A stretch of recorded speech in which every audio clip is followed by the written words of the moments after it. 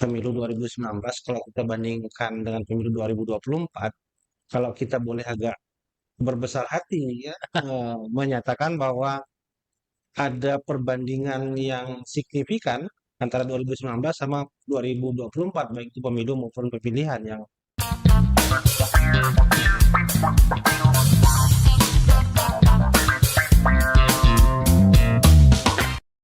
kita sama-sama sudah menunjukkan bahwa tidak ada satupun hal yang disengketakan.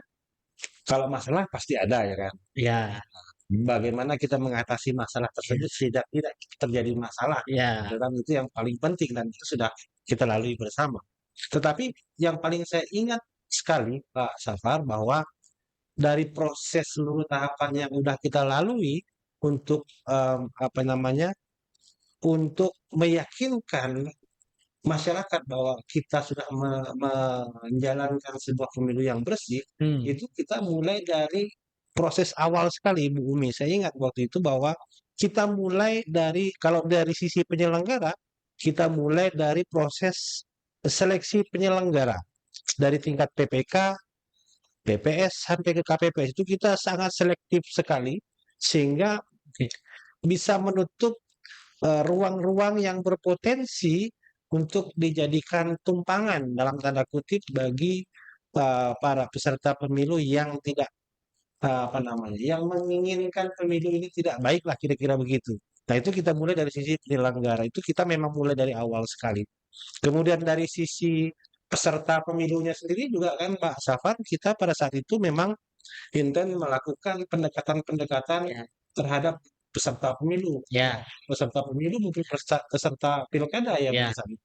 Nah, pendekatan-pendekatan itu kita lakukan tentu dengan untuk mendapatkan atau untuk mengantisipasi hal-hal yang akan terjadi ya. berikutnya. Kalau kita bicara, Potensi-potensi ya. ya tindakan preventif yang kita Ya, lakukan. Nah, kedua hal ini eh, Pak Safar memandangnya seperti apa ini? ya. eh, karena memang sudah dua kali ya kita ini 2019 dan 2024. Saya kira yang versi 2024 ini yang harus dipertahankan karena komunikasi itu sangat penting dan ini saya sedikit ini kasih bocoran Bu ya.